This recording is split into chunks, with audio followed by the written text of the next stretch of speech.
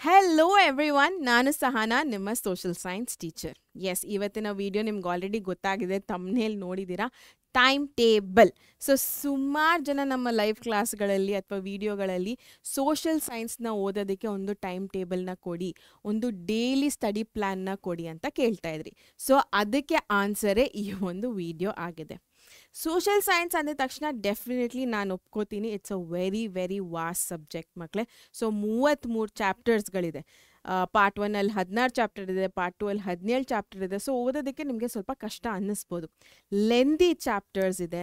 So ಆ ಕಷ್ಟನ ಎಲ್ಲ ಈಸಿ ಮಾಡೋದಕ್ಕೆ ಒಂದು ಟೈಮ್ ಟೇಬಲ್ ಅನ್ನೋದು ತುಂಬ ಇಂಪಾರ್ಟೆಂಟ್ ಆಗುತ್ತೆ. ಸೊ ಆ ಟೈಮ್ ಟೇಬಲ್ನ ನಾನು ಇವತ್ತು ನಿಮಗೆ ಹೇಳ್ಕೊಡ್ತೀನಿ. ನಾನೇ ಖುದ್ದಾಗಿ ಹಾಕಿದ್ದೀನಿ, ನಿಮಗೆ ಡಿಸೈನ್ ಮಾಡಿದ್ದೀನಿ. ಸೊ ಆ ಟೈಮ್ ಟೇಬಲ್ ಏನಿದೆ ಅಂತ ನೋಡ್ತಾ ಹೋಗೋಣ. ಅದಕ್ಕಿಂತ ಮುಂಚೆ ಯಾರಿಗಾದರೂ ನಾನು ಅರ್ಧ ವರ್ಷ ವೇಸ್ಟ್ ಮಾಡಿದ್ದೀನಪ್ಪ ಅಂತ ಅನಿಸಿದ್ರೆ, ಓಕೆ, ಸೊ ನೆಕ್ಸ್ಟ್ 4 months ಅಲ್ಲಿ ಏನು ಮಾಡಬೇಕು ಅನ್ನೋದೇ ಈ ವಿಡಿಯೋ. ಓಕೆ, ಸೊ ಅರ್ಧ ವರ್ಷ 6 ತಿಂಗಳು ವೇಸ್ಟ್ ಆಗಿದೆಯಪ್ಪ ಅಂತ ಏನು ಯೋಚನೆ ಮಾಡಬೇಡಿ. ನಮ್ಮ ಹತ್ರ ಇನ್ನೂ 4 months ಇದೆ. ಸೊ ಇವಾಗ ಅಕ್ಟೋಬರ್, ಇನ್ನು ನವೆಂಬರ್ ಇದೆ, ಡಿಸೆಂಬರ್ ಇದೆ, ಜಾನ್ವರಿ ಇದೆ ಹಾಗೂ ಫೆಬ್ರವರಿ ಇದೆ, ಹೌದಾ ಅಲ್ವಾ? ಸೊ ಈ 4 ತಿಂಗಳಲ್ಲಿ 4 months ರೋಡ್ ಮ್ಯಾಪ್ ಅಂತ ಹಾಕಿದ್ದೆ ನಾನು ತಮ್ನೇಲಲ್ಲಿ ಅಲ್ವಾ? ಸೊ ಈ 4 monthsಲ್ಲಿ ಏನು ಮಾಡಬೇಕು ಅಂತ ಹೇಳ್ಕೊಡ್ತೀನಿ, ದಯವಿಟ್ಟು ಕಿವಿ ಕೊಟ್ಟು ಕೇಳಿ. Okay, yes. So first of all ನಾವು ಇಷ್ಟೆಲ್ಲ ಯಾಕೆ ಕಷ್ಟಪಡ್ತಾ ಇದ್ದೀವಿ, ಯಾಕೊಂದು ಡೈಲಿ ಪ್ಲ್ಯಾನು ಪ್ರತಿನಿತ್ಯ ಒಂದು ಕಟ್ನಿಟ್ಟಾಗಿ ಎಸ್ ಈ ಪ್ಲ್ಯಾನ್ನ ನಾನು ಮಾಡಲೇಬೇಕು ಅಂತ ನಾವು ಯಾಕೆ ಇಷ್ಟೊಂದು ಒತ್ತಾಯ ಮಾಡ್ತಾ ಇದ್ದೀವಿ? ಹಾಂ, ಯಾಕೆ ಮ್ಯಾಟರ್ ಆಗುತ್ತೆ ಡೈಲಿ ಪ್ಲ್ಯಾನ್ ಅನ್ನೋದು ಅಂತಂದರೆ, ಒಂದು ಕನ್ಫ್ಯೂಷನ್ ಇರೋದಿಲ್ಲ, ಹೌದಾ ಅಲ್ವಾ? ಸೊ ಒಂದು ಪ್ಲ್ಯಾನ್ನ ಇವಾಗ ನಿಮಗೆ ನಾವು ವಾರ ವಾರ ಟೈಮ್ ಟೇಬಲ್ನ ಬಿಡ್ತೀವಿ. ಸೊ ಇವತ್ತಿನ ದಿನ ನನ್ನ ವಿಡಿಯೋ ಬರುತ್ತೆ ಅಂತ ನಿಮ್ಗೊಂದು ಕ್ಲಾರಿಟಿ ಆಲ್ರೆಡಿ ಇದೆ. ಸೊ ಯಾವುದೇ ರೀತಿಯಾದ ಕನ್ಫ್ಯೂಷನ್ ಇಲ್ಲ. ಇವತ್ತು ಸೋಷಲ್ಲಾ, ಸೈನ್ಸಾ, ಮ್ಯಾಥ್ಸಾ, ಯಾವ ಸಬ್ಜೆಕ್ಟ್ ಹೇಳ್ಕೊಡ್ತಾರೆ, ಯಾವ ವಿಡಿಯೋ ರಿಲೀಸ್ ಮಾಡ್ತಾರೆ, ಮೋಟಿವೇಶ್ನಲ್ ವಿಡಿಯೋನ ಅಥವಾ ಜನರಲ್ ವಿಡಿಯೋನ, ಈ ಗೊಂದಲಗಳಿಲ್ಲ. ನಿಮಗೆ ಟೈಮ್ ಟೇಬಲ್ ಇದೆ. ಸೊ ಇಷ್ಟೊತ್ತಿಗೆ ಈ ಟೈಮಿಗೆ ಈ ಸಬ್ಜೆಕ್ಟು ಈ ಮೇಡಮ್ ಅಥವಾ ಸರ್ ಬರ್ತಾರೆ, ಈ ಟಾಪಿಕ್ ಹೇಳ್ಕೊಡ್ತಾರೆ. ಕ್ಲಿಯರ್, ಕ್ರಿಸ್ಟಲ್ ಕ್ಲಿಯರ್, ಹೌದಾ ಅಲ್ವಾ? ಸೊ ಆ ಥರನೇ ನಿಮ್ಮ ಸ್ಟಡಿ ಪ್ಯಾಟರ್ನ್ ಕೂಡ ಇರುತ್ತೆ. ಓಕೆನಾ ಮಕ್ಕಳೇ? ಸೊ ಒಂದು ಗೊಂದಲನ ಅವಾಯ್ಡ್ ಮಾಡೋದಕ್ಕೆ, ಕನ್ಫ್ಯೂಷನ್ನ ಅವಾಯ್ಡ್ ಮಾಡೋದಕ್ಕೆ, ಇನ್ನೊಂದು ಲಾಸ್ಟ್ ಮಿನಿಟ್ ರಶ್. ಸೊ ಕೊನೆಯ ಕ್ಷಣದ ಆತುರ. ಸುಮಾರು ಜನ essay 1 ಇದೇ ಮಾಡಿದ್ದು.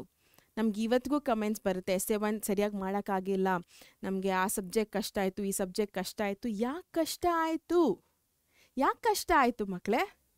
ಬಿಕಾಸ್ ನೀವೊಂದು ಟೈಮ್ ಟೇಬಲ್ನ ಹಾಕ್ಕೊಂಡಿಲ್ಲ, ಅಕಸ್ಮಾತಾಗಿ ಹಾಕ್ಕೊಂಡಿದ್ರೂ ಡಿಸಿಪ್ಲಿನ್ಡಾಗಿ ಅದನ್ನು ಫಾಲೋ ಮಾಡಿಲ್ಲ.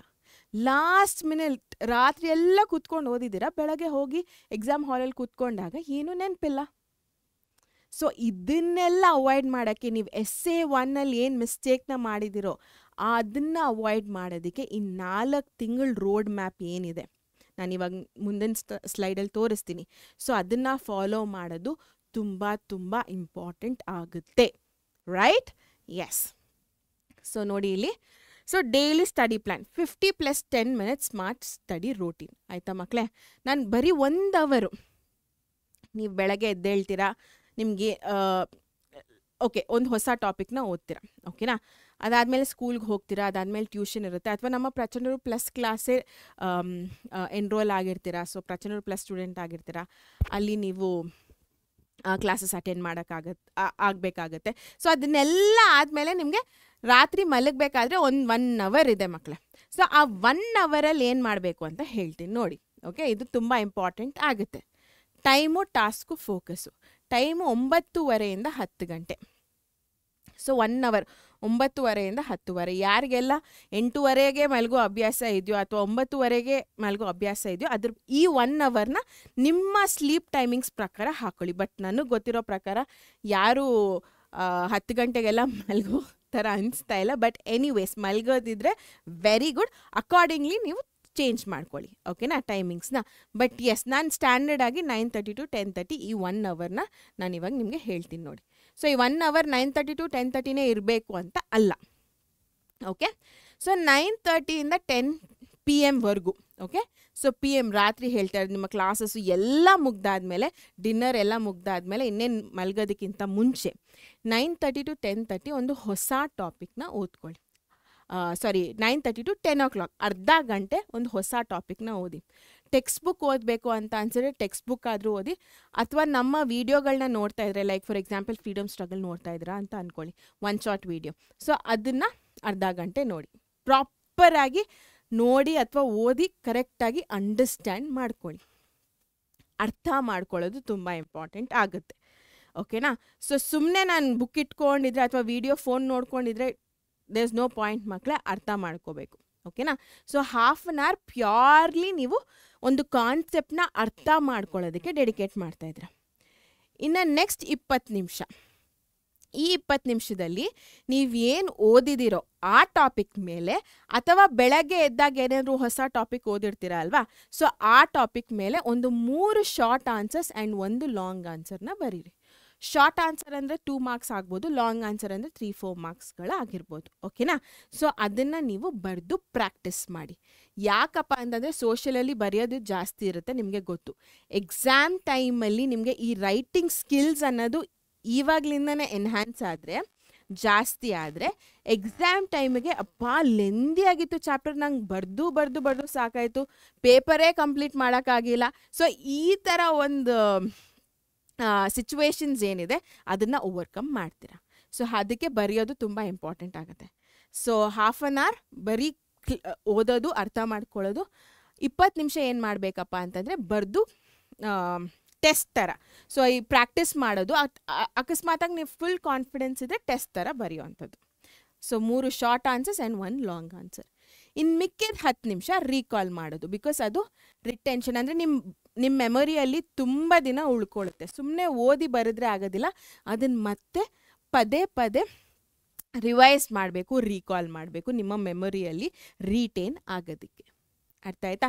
ಸೊ ಇಲ್ಲಿ ನಿಮಗೆ 1 hour ರೋಡ್ ಮ್ಯಾಪ್ ನಾನು ಕೊಟ್ಟಿದ್ದೀನಿ, ಹೌದಲ್ವಾ?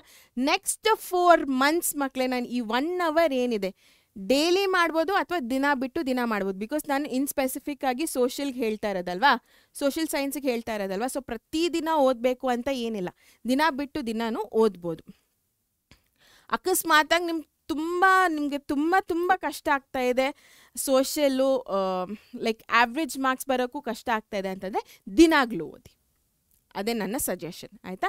ಸೊ 1 hour ಖಂಡಿತವಾಗ್ಲೂ ಇದನ್ನು ನೀವು ನೆಕ್ಸ್ಟ್ 4 months ಪ್ರತಿದಿನ, Saturday Sunday holiday, Deepavali Dasara ಇದೆಲ್ಲ ಬಿಟ್ಬಿಟ್ಟು ಪ್ರತಿದಿನ ಓದಿದ್ರೆ ಡೆಫಿನೆಟ್ಲಿ ನೀವು ಶಿಖರಕ್ಕೆ ಏರ್ತೀರ. ಓಕೆ? ಎಸ್. ಸೊ ಇದನ್ನು ಮಾಡಿ ಮಕ್ಕಳೇ. ಯಾಕೆ 1 hour ಅಂತ ಹೇಳ್ತಾ ಇದ್ದೀನಿ ಅಂತಂದರೆ study light but daily. So ಇಲ್ಲಿ ಡೈಲಿ ಅಂತ ನಾನು ಹೇಳ್ತಾ ಇದ್ದೀನಿ, ಅದೊಂದು ರೋಟೀನ್.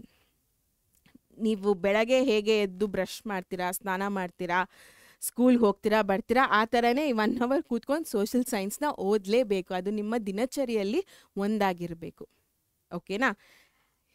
ಆ್ಯಂಡ್ ಸ್ಟಡಿ ಲೈಟ್, ಸ್ವಲ್ಪ ಅಧ್ಯಯನ. So 1 hour is not a big thing. ನಾನು ನಿಮಗೆ ಗಂಟೆಗಟ್ಟಲೆ ಕೂತ್ಕೊಂಡು ಓದಿ, ದಿನ ಪೂರ್ತಿ ಓದಿ ಅಂತ ನಾನು ಹೇಳ್ತಾ ಇಲ್ಲ. ಲೈಟಾಗಿ ಓದಿ, ಒಂದು ಚಿಕ್ಕ ಕಾನ್ಸೆಪ್ಟ್ನ ಓದಿ. ಆಯಿತಾ? ಸೊ ಅದ್ರ ಮೇಲೆ ನೀವು ಟೆಸ್ಟ್ನ ಬರೀರಿ, ಅಥವಾ ಪ್ರಾಕ್ಟೀಸ್ ಮಾಡಿ, ಅಥವಾ ಇನ್ನೊಂದು ಏನೋ ನೀವು ಟಾಪಿಕ್ನ ಓದಿದ್ದೀರಾ, ಸೊ ಅದ್ರ ಮೇಲೆ ಪ್ರಾಕ್ಟೀಸ್ ಮಾಡ್ತಾ ಹೋಗಿ, ಅದಾದಮೇಲೆ ರಿವಿಷನ್ ಮಾಡಿ. So you are studying really light. ಸ್ವಲ್ಪ ಓದ್ತಾ ಇದ್ದೀರಾ, ಬಟ್ ಪ್ರತಿದಿನ ಓದ್ತಾ ಇದ್ದೀರಾ. ಪ್ರತಿದಿನ ಓದೋದ್ರಿಂದ ಒಂದು ಡಿಸಿಪ್ಲಿನ್ ಅನ್ನೋದು ಕ್ರಿಯೇಟ್ ಆಗ್ತಾ ಇದೆ. ಸೊ ಆ ಡಿಸಿಪ್ಲಿನ್ಡ್ ಆಗಿರೋದು ತುಂಬ ಇಂಪಾರ್ಟೆಂಟ್ ಆಗುತ್ತೆ. ರೈಟ್? ಎಸ್ ಮಕ್ಕಳೇ. ಸೊ ಇದು ನಿಮ್ಮ 1 hour ಸೋಷಿಯಲ್ದು ಟೈಮ್ ಟೇಬಲ್ ಆಗಿದೆ. ಓಕೆನಾ? ಆ್ಯಂಡ್ ಈ 3 marks 4 marks ಅಥವಾ 2 marks 1 mark ಎಲ್ಲ ನಮ್ಮ ಆ್ಯಪಲ್ಲಿ, ನೀವು ಇನ್ನೂ ನಮ್ಮ ಆ್ಯಪ್ನ ಇನ್ಸ್ಟಾಲ್ ಮಾಡ್ಕೊಂಡಿಲ್ಲ, ತೊಗೊಂಡಿಲ್ಲ ಅಂತಂದರೆ ಡೆಫಿನೆಟ್ಲಿ ತೊಗೊಳ್ಳಿ, ತುಂಬ ಹೆಲ್ಪ್ಫುಲ್ ಆಗುತ್ತೆ. ಬಿಕಾಸ್ ಅದರಲ್ಲಿ ನಿಮಗೆ PYQPs ಇದೆ, ಟೆಕ್ಸ್ಟ್ ಬುಕ್ ಹಿಂದೆಗಡೆ ಇರೋಂಥ ಕ್ವೆಶನ್ಸ್ನ ನಾವು ಸಾಲ್ವ್ ಮಾಡಿದ್ದೀವಿ, ನೋಟ್ಸ್ಗಳಿದೆ, ಎಲ್ಲನೂ ಇದೆ. ಸೊ ಅದನ್ನು ಇಟ್ಕೊಂಡು ನೀವು ಆ 20 minutesನ ನೀವು ಸೊಲ್ಯೂಷನ್ ಮಾಡ್ತಾ ಹೋಗ್ಬೋದು. ಸೊ ಸ್ಟಡಿ ಅಥವಾ ವಿನ್ನಿಂಗ್ ಫಾರ್ಮುಲಾ ಏನು ನಾನು ಇವಾಗ ಹೇಳಿದ್ದು, ಒಂದು ಓದ್ಕೊಳ್ಳಿ, ಅಥವಾ ನಮ್ಮ ಒಂದು ವಿಡಿಯೋಗಳೇನಾದರೂ ಇದೆ ಅದನ್ನು ವೀಕ್ಷಿಸಿ. So watch. And then writing skills ಜಾಸ್ತಿ ಆಗಬೇಕಂತಂದರೆ ಬರೆಯೋದನ್ನು ಮರಿಬೇಡಿ. ಆ್ಯಂಡ್ ದೆನ್ ನೆನಪಿಸ್ಕೊಳ್ಳೋದು, ರೀಕಾಲ್ ಮಾಡೋದು is a main step, major step ಆಗಿದೆ. ಸೊ ರೀಕಾಲ್ ಮಾಡೋದು ತುಂಬ ಇಂಪಾರ್ಟೆಂಟ್ ಆಗುತ್ತೆ. ಓಕೆ? ಎಸ್ ಮಕ್ಕಳೇ. ಸೊ ಟಾರ್ಗೆಟ್ ಏನಪ್ಪ ಅಂತಂದರೆ ಫುಲ್ ಮಾರ್ಕ್ಸ್ ಬರಬೇಕು ನಮಗೆ ಸೋಷಿಯಲ್ ಸೈನ್ಸಲ್ಲಿ ಅಂತ. ಸೊ 80/80 ಬರಲೇಬೇಕು. ಸೊ ಅದಕ್ಕೆ ನಾವೇನೇನು ಮಾಡಬೇಕೀಗ? ಡೈಲಿ ಪ್ರಾಕ್ಟೀಸ್ ಮಾಡಬೇಕು, ನಾನು ಹೇಳ್ದಂಗೆ and balance study plus revision. So balanced ಆಗಿ 50 ಮಿನಿಟ್ಸ್ ಓದಬೇಕು ಪ್ಲಸ್ ರಿವಿಷನ್. ನಾನು ಹೇಳ್ತಾನೆ ಅದೇನು ಪದೇ ಪದೇ ಹೇಳ್ತಾ ಇದ್ದೀನಿ, ರಿವಿಷನ್ ತುಂಬ ಇಂಪಾರ್ಟೆಂಟ್ ಆಗುತ್ತೆ. ಡೈಲಿ ಪ್ರಾಕ್ಟೀಸ್ ಮಾಡಬೇಕು, ಒಂದು ರೊಟೀನ್ ಆಗಿ ಮಾಡ್ಕೋಬೇಕು ಆ್ಯಂಡ್ ಬ್ಯಾಲೆನ್ಸ್ಡ್ ಸ್ಟಡಿ ಮಾಡಬೇಕು ನೀವು. ಬಿಕಾಸ್ ನಾನು ಇಲ್ಲಿ ನಿಮಗೆ ಕೊಟ್ಟಿರೋದು ಸೋಷಲ್ ಸೈನ್ಸ್ ಮಾತ್ರ. ಸೊ 1 ಅವರ್ ನೀವು ಸೋಷಲ್ ಸೈನ್ಸ್ಗೆ ಡೆಡಿಕೇಟ್ ಮಾಡ್ತಾ ಇದ್ದೀರಾ ಆನ್ ಅ ಡೈಲಿ ಬೇಸಿಸ್ ಅಥವಾ ಆಲ್ಟರ್ನೇಟ್ ಡೇಸ್ ಅಂತ ಅಂದರೆ ಬೇರೆ ಸಬ್ಜೆಕ್ಟ್ಸು ಓದಬೇಕು ನೀವು, ಬರೀ ಸೋಷಲ್ ಅಂತ ಅಲ್ಲ. ಹೌದಾ ಅಲ್ವಾ? ಸೊ ಅದನ್ನು ನಾನು ಹೇಳ್ತಾ ಇರೋದು ಬ್ಯಾಲೆನ್ಸ್ ಸ್ಟಡಿ ಮಾಡಬೇಕು ಪ್ಲಸ್ ರಿವಿಷನ್ ತುಂಬ ಇಂಪಾರ್ಟೆಂಟ್ ಆಗುತ್ತೆ. ಆ್ಯಂಡ್ ದೆನ್ ಸ್ಪೆಷಲಿ ಸೋಷಲ್ ಸೈನ್ಸ್ಗೆ ಕೀವರ್ಡ್ ಬೇಸ್ಡ್ ಲರ್ನಿಂಗ್ ತುಂಬ ತುಂಬ ಇಂಪಾರ್ಟೆಂಟ್. ಕೀವರ್ಡ್ ಆಧಾರಿತ ಕಲಿಕೆ. ಒಂದು ಕೀವರ್ಡ್ನ ಇಟ್ಕೊಂಡು ನೀವು ಆಟಾಡ್ಬೋದು ಮಕ್ಕಳೇ, ಆಯಿತಾ? ಸೊ ಆ ಕಡೆ ಈ ಕಡೆ ನೀವು ಏನೇ ಒಂದು ಬರೆದ್ರೂ ಯಾರೂ ಯೋಚನೆ ಮಾಡೋದಿಲ್ಲ, ಹಾಗಂತ ಏನೋ ಒಂದು ಬರೆಯೋದಕ್ಕೆ ಹೋಗಬೇಡಿ. ಬಟ್ ಮೇಕ್ ಇಟ್ ಆಸ್ ಒಂದು ಮೀನಿಂಗ್ಫುಲ್ ಸೆಂಟೆನ್ಸ್ ಮಾಡಬೇಕು.